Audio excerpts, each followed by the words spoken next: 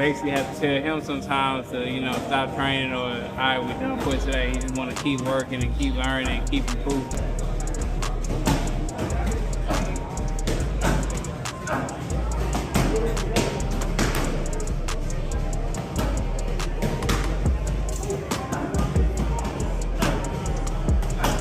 I think that's a good fight for both of them in right now in their careers. I think that's a great fight for both of them because it's winnable for both of them. Me and my boy Tszyu had a little wager on if him and Spence fought each other, who would win. And I had to back Spence because that's what I believe in.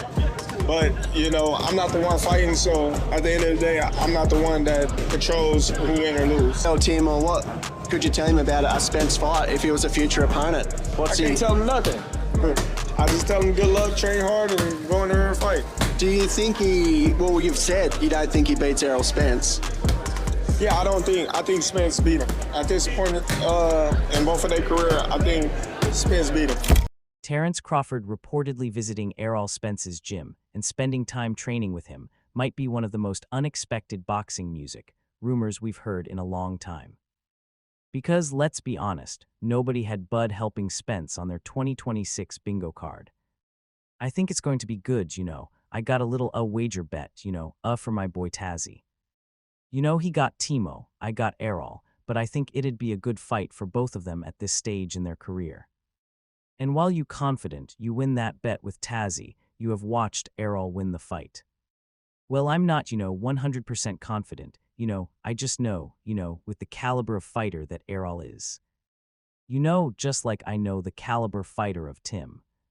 I think both of them have taken a lot of damage in their careers, so music, far.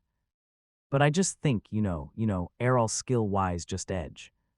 If the rumor music is true, it says a lot about where Errol's mindset is heading into the Tszyu fight.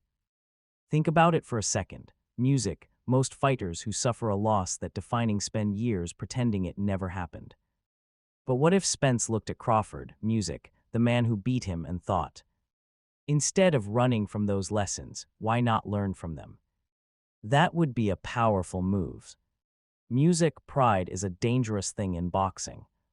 And sometimes the fighters who improve the most are the ones willing to put their ego aside and search for answers. Music Crawford is one of the smartest fighters of this generation. A guy who can switch styles, make adjustments on music, the fly, and solve problems in real time like he's taking an exam he already saw the answers to. Ring rust is nothing, but that's nothing but a mental thing. If you have a training camp and you look good in training camp, you look good in sparring music, why can't you look good in the fight? That's a mental barrier you're talking about, and that's why music, people need tune-ups. Like I feel like I don't need a tune-up because the proof is in the pudding when you're in the gym.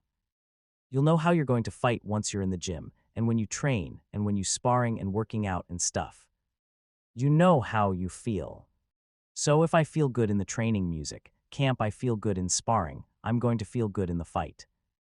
I'm mentally music ready, physically ready. I feel like me and Ronnie Shields have a great game plan. Ronnie Shields been through this numerous of times. Music, so will be 100% ready for anything music that, he could bring to the table. So if Bud really stepped into that gym, even for a short period, every conversation, every drill, every little adjustment would carry value. And honestly, Tszyu should at least find that interesting. Because this isn't about Crawford music, turning Spence into Crawford. That's impossible. It's about Spence potentially adding new layers to a game that already made him a world champion. They at first, they had their reserves, just they wanted me to take a tune-up fight. But I told them I don't take tune-up fights. I want to fight somebody who's going to get me up for the challenge. Music and they said, what about a Tszyu? And I look forward to that. I've been doing that since I was an amateur fighting in other people's countries. I've been in the Russia, Azerbaijan, Uzbekistan. So this is nothing new to me. Kell Brook, music, English champion, so this is nothing new to me. I look forward coming to Australia. And you know. Just showing music, showing the fans who I am and you know.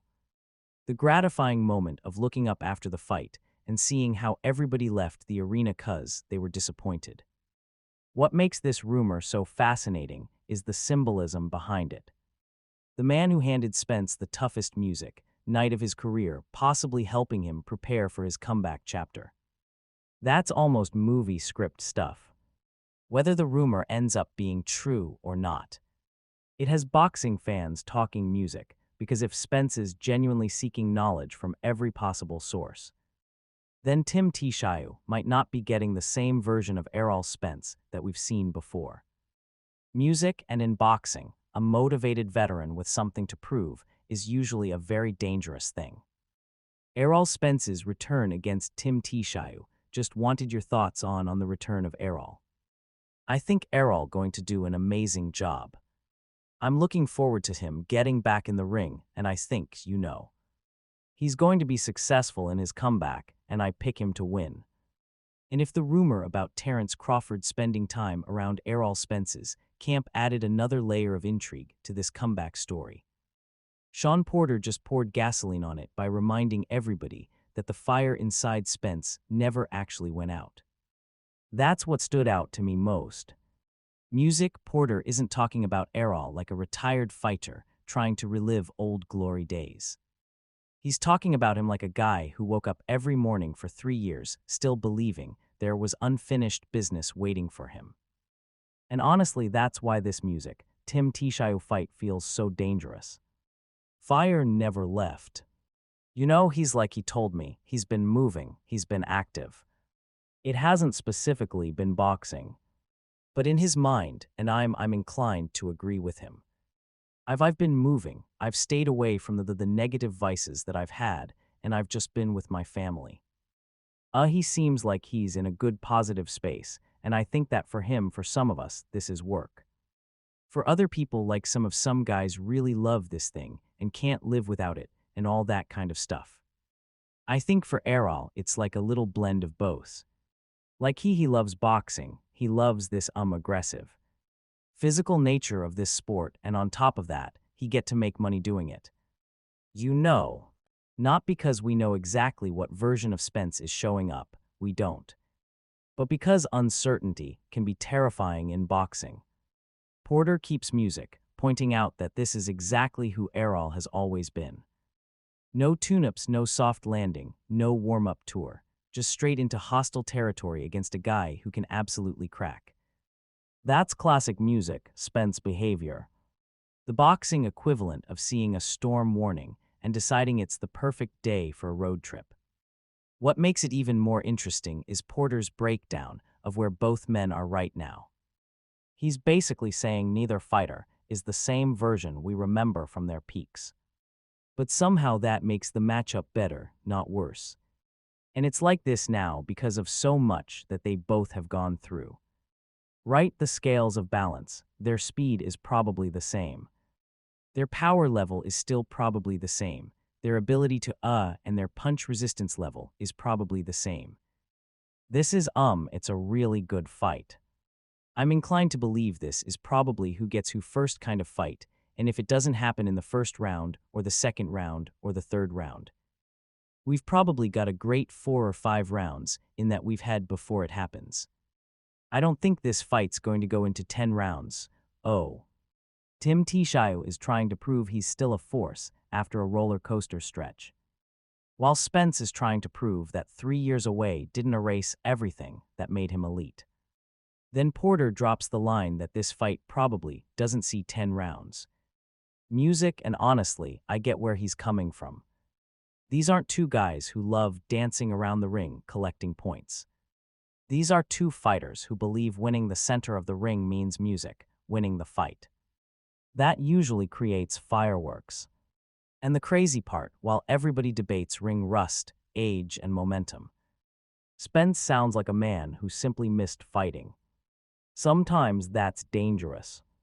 Sometimes it's disastrous music, but either way, when a fighter still has that fire burning after everything he's been through, Writing him off becomes a very risky game.